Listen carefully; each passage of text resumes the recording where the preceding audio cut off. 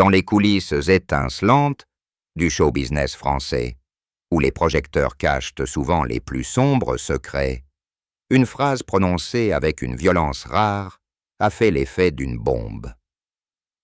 Johnny Hallyday, l'idole absolue, le taureau indomptable de la chanson française, a regardé droit dans les yeux Patrick Bruel, ce jeune loup déjà auréolé de succès, et lui a lâché, la voix tremblante, de colère contenue, « An e kotin lamvei, Diodor Hongdong ». Ces mots, murmurés d'abord dans un cercle restreint, ont rapidement traversé les murs feutrés des palaces parisiens pour exploser dans la presse et sur les réseaux. Une phrase en vietnamien, prononcée par un Français à un autre Français, en plein cœur de la France. Déjà, l'énigme est totale. Pourquoi Johnny, cet homme qui avait tout vu, tout vécu, tout pardonné, a-t-il choisi cette langue lointaine pour exprimer une fureur si brute?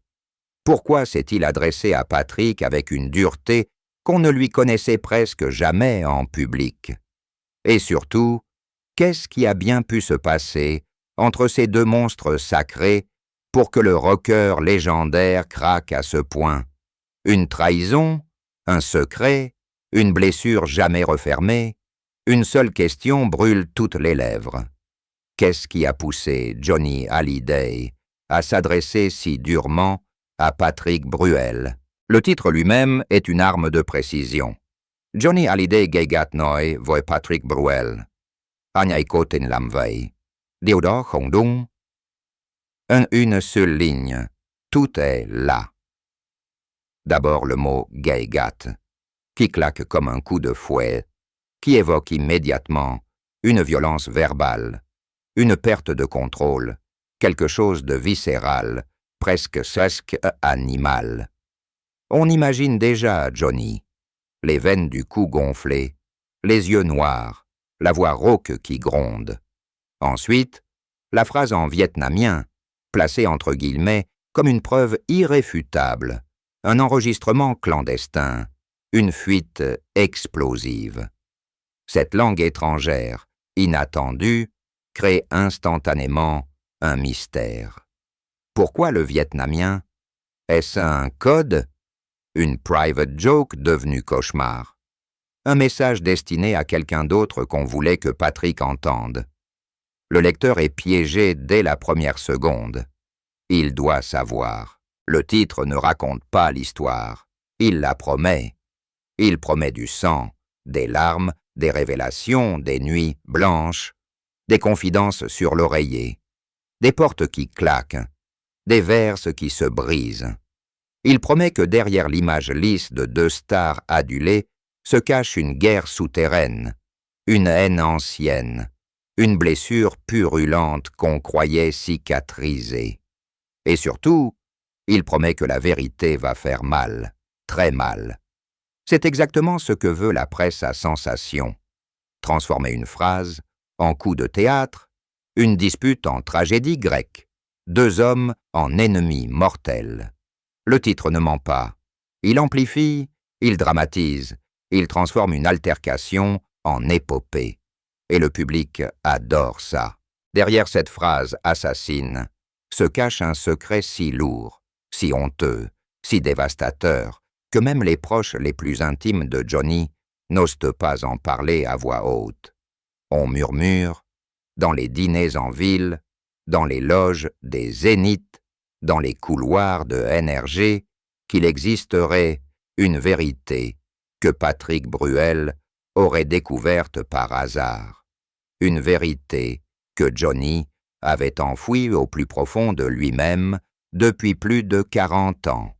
Une vérité qui concerne sa vie privée, mais pas celle qu'on croit. Pas une énième liaison, pas une addiction, pas une dette de jeu. Non, quelque chose de bien plus intime, de bien plus destructeur, quelque chose qui touche à l'identité même du taulier, à ce qu'il a toujours voulu cacher derrière les lunettes noires, les motos rugissantes, les foules en délire. On parle d'un épisode de sa jeunesse. à l'époque où il n'était encore que Jean-Philippe Smet, un gamin paumé dans les rues de Paris, avant la gloire, avant l'argent, avant le mythe. Un épisode qui impliquerait un homme, une relation, une passion interdite à l'époque, une histoire d'amour qu'il aurait dû taire pour protéger sa carrière naissante. Et Patrick, par le plus grand des hasards, aurait mis la main sur une lettre, une photo, un témoignage. Pas par méchanceté, pas au départ, juste par curiosité, mais une fois, la boîte de Pandore ouverte, impossible de la refermer. Et Johnny, qui avait réussi à enterrer ce passé sous des tonnes de cuir et de décibels, a vu ressurgir le fantôme qu'il redoutait le plus. C'est pour cela que la phrase est en vietnamien, parce que cette histoire ancienne s'est déroulée en partie au Vietnam, pendant la tournée de 1966, quand Johnny, jeune appelé, avait frôlé la mort, et bien plus encore. Le vietnamien, c'était le langage de la honte, le langage du secret, le langage qu'il ne voulait plus jamais s'entendre.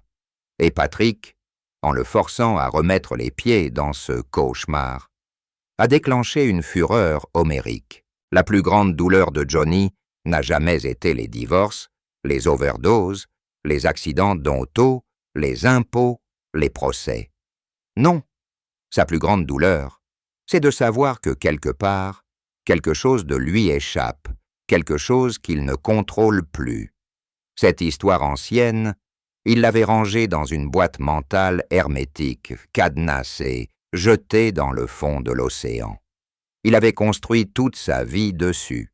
Le mariage avec Sylvie, puis Adeline, puis Laetitia, les enfants, les villas à Saint-Barth, les concerts géants, les allumer le feu, les que je t'aime, hurlés à s'en déchirer la gorge. Tout ça, c'était pour prouver qu'il était l'homme, le vrai, l'hétéro absolu, le mâle alpha incontesté. Et voilà que Patrick, ce gamin talentueux, ce joueur de poker pas vétéressé, ce séducteur aux yeux de velours, mettait le doigt exactement là où ça fait mal. Le pire, c'est que Patrick n'avait même pas voulu faire de mal. Il avait juste voulu comprendre pourquoi Johnny, lors d'une soirée arrosée à Ramatuelle en 2015, avait soudainement pleuré en entendant une vieille chanson vietnamienne diffusée par hasard. Il avait posé des questions, trop de questions. Il avait fouillé, trop loin, et il avait trouvé une photo, une lettre d'amour, un nom, un homme, un soldat américain rencontré à Saïgon en 1966. Une liaison brève, intense, terrifiée, une liaison que Johnny avait fui en rentrant en France, en se mariant à la hâte avec Sylvie Vartan, en devenant le monstre sacré qu'on connaît. Mais la blessure n'avait jamais cicatrisé. Et quand Patrick a compris, quand il a voulu en parler, pour aider, pour libérer Johnny, ce dernier a vu rouge. Parce que pour lui, cette histoire n'était pas une libération. C'était une bombe à fragmentation prête à détruire tout ce qu'il avait bâti. Son image, sa légende, son héritage, ses enfants, sa femme, tout. Le conflit entre les deux hommes ne date pas d'hier. Il couve depuis les années 90, quand Patrick, jeune premier auréolé du succès de Casser la voix, commence à fréquenter les mêmes cercles que Johnny. Au début, c'est l'admiration. Patrick voue un culte au taulier. Il l'imite, il le cite, il rêve de chanter avec lui. Et Johnny, flatté, prend le jeune sous son aile. Ils font des plateaux télé ensemble, des émissions spéciales, des duos improbables. Mais très vite, la jalousie pointe. Patrick monte trop vite, trop fort.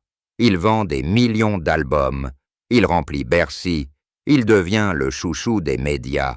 Et Johnny, qui n'a jamais supporté la concurrence, commence à grincer des dents. Il trouve que Patrick en fait trop, qu'il joue trop le séducteur, qu'il parle trop bien, qu'il est trop lisse. Et puis il y a cette rumeur persistante, cette blague récurrente dans le milieu. Patrick serait bisexuel. Rien de méchant, juste des murmures, des œillades, des soirées un peu trop chaudes à Marrakech. Johnny, avec son machisme d'un autre temps, supporte mal. Il commence à faire des blagues lourdes, des sous-entendus. Patrick rit jaune. Il laisse couler. Mais la graine de la discorde est plantée. Et quand, des années plus tard, Patrick découvre par hasard le secret de Johnny, les rôles s'inversent brutalement. Celui qui était accusé à demi-mot devient accusateur. Celui qui riait jaune devient celui qui peut détruire une légende. Et Johnny, qui a toujours dominé, se retrouve soudain nu, vulnérable, à la merci de celui qu'il a autrefois méprisé. La boucle est bouclée. La vengeance est un plat qui se mange très froid. Le poison était déjà dans la coupe bien avant que quiconque ne s'en rende compte. Il faut remonter à l'été 1991, au Festival de Francophonie de La Rochelle. Patrick Bruel, 29 ans, crinière noire, chemise ouverte, vient de faire hurler 15 000 personnes avec Bussey Place des grands hommes. Johnny, 48 ans, est dans la loge VIP, un verre de Jack Daniels à la main, et il regarde ce gamin qui vole la vedette sans même le vouloir. Il sourit, mais le sourire ne monte pas jusqu'aux yeux. Autour de lui, on chuchote déjà « Il va le bouffer tout cru, le petit ». Johnny n'aime pas qu'on lui vole la lumière. Jamais. Il a passé 30 ans à être l'unique soleil de la chanson française. Et voilà qu'un juif tunisien, beau comme un dieu grec, qui chante l'amour avec une voix de velours, commence à faire de l'ombre à son règne. Ce soir-là, Patrick vient saluer le maître. Il tremble un peu. Il lui dit « Johnny, sans toi, je ne serais pas là. » Johnny le regarde de haut en bas, pose une main lourde sur son épaule et lâche « T'es mignon, toi. Continue comme ça, et dans 10 ans, on parlera encore de toi. » Le ton est paternaliste, presque méprisant. Patrick encaisse, sourit, mais quelque chose se brise déjà. Les années suivantes ne font qu'attiser le feu. Patrick remplit Bercy 3 soirs de suite, en 1985, chose que Johnny n'a pas faite depuis longtemps. Les médias titrent « Bruel, le nouveau roi Sososui ». John y lit ça dans son jet privé, en allant à Los Angeles, et froisse le journal si fort que ses phalanges blanchissent. Il commence à distiller des petites phrases dans les interviews. Moi, à son âge, je faisais déjà l'Olympia 10 fois. Ou encore, il chante bien, le petit, mais il manque de tripes. Patrick, lui, continue à rendre hommage au taulier à chaque occasion. Il invite Johnny sur son album juste avant. Ils enregistrent « Et puis je sais » ensemble. Sur le plateau de Taratata, on les voit s'embrasser comme père et fils. Mais dans les coulisses, c'est autre chose. Johnny reproche à Patrick d'être trop propre sur lui, trop calculé, trop bourgeois. Patrick, lui, supporte de plus en plus mal les blagues graveleuses que Johnny lance sur son prétendu côté efféminé. Un soir de 2003, après un concert commun à Marseille, Johnny, ivre, lui glisse à l'oreille devant tout le monde. « Toi, avec ta tête de premier de la classe, t'as jamais dû baiser une vraie nana de ta vie. » Le silence tombe. Patrick blêmit. Il rit pour ne pas exploser. Mais ce soir-là, il jure qu'un jour, il rendra la monnaie de sa pièce au vieux lion. Et puis il y a l'histoire du poker. Patrick est devenu une star des tables. Il gagne des centaines de milliers d'euros fréquente les cercles les plus fermés de Las Vegas. Johnny, qui a toujours aimé le jeu mais qui perd beaucoup plus qu'il ne gagne, ne supporte pas de voir ce gamin exceller là où lui échoue. En 2009, lors d'un tournoi caritatif à Deauville, ils se retrouvent à la même table finale. Patrick le sort avec un bluff magistral. Johnny se lève, jette ses cartes sur la table et lance « T'as de la chance, c'est tout ». Patrick, calme, répond « Non, Johnny, c'est du talent ». La salle entière retient son souffle. Johnny ne lui adresse plus la parole pendant 2 ans. C'est dans ce climat de jalousie larvée, de piques permanentes, de sourires de façade, que va se produire l'incident qui mettra le feu aux poudres. Parce que derrière les rivalités artistiques, derrière les égos surdimensionnés, il y avait déjà une fracture morale. Johnny a toujours incarné une virilité brute, presque caricaturale, quand Patrick, lui, assume une sensualité plus ambiguë, plus moderne. Et Johnny, avec son éducation des années 50, ses années armées, ses potes bikers, n'a jamais digéré cette forme de masculinité qu'il ne comprend pas. Il l'a moqué, il l'a rabaissé, il l'a blessé. Et Patrick, pendant 25 ans, a encaissé. Jusqu'au jour où il a eu entre les mains de quoi renverser la table pour de bon. Tout explose le 14 juillet 2016, à Saint-Tropez, dans la villa de Pierre Lescure.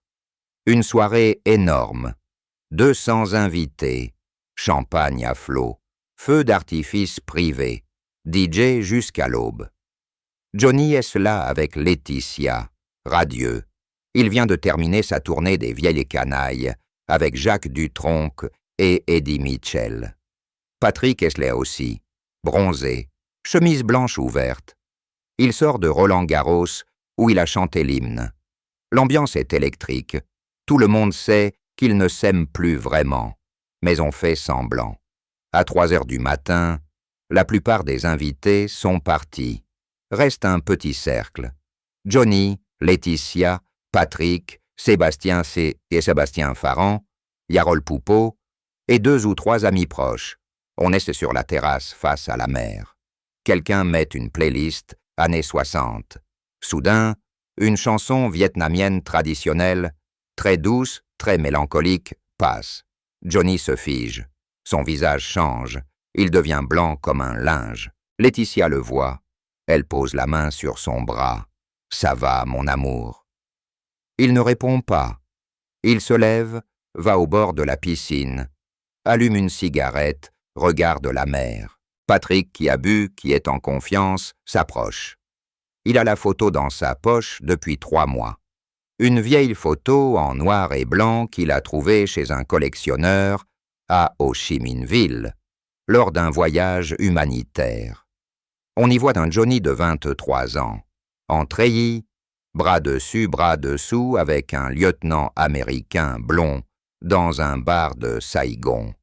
Au dos, une dédicace. À mon Jean-Philippe chéri, je t'attendrai toujours. Mike. Patrick a fait expertiser la photo. C'est authentique. Il a aussi une lettre, 15 pages, écrite en anglais et en français, retrouvée dans les affaires de ce Mike, mort en 1987. Une lettre d'amour déchirante. Patrick n'avait pas prévu d'en parler ce soir-là. Mais l'alcool, la fatigue, la vieille rancœur, tout se mélange. Il s'approche de Johnny, lui tend la photo et murmure « J'ai trouvé ça. Je crois qu'on devrait parler. » Johnny regarde la photo. Ses mains tremblent. Ses yeux s'embuent. Puis, lentement, il lève la tête vers Patrick. Et là, quelque chose se casse en lui. Il attrape Patrick par le col de la chemise, le plaque contre le mur de la terrasse et hurle, d'une voix que personne ne lui a jamais entendue, « Espèce de petite pute! Tu crois que tu vas me faire chanter avec ça? Tu crois que tu vas détruire tout ce que j'ai construit ?» Laetitia accourt, essaie de le calmer. Les autres invités sont pétrifiés. Patrick, le visage rouge, les larmes aux yeux, répond « Je voulais juste t'aider, Johnny. T'as vécu avec ce poids toute ta vie.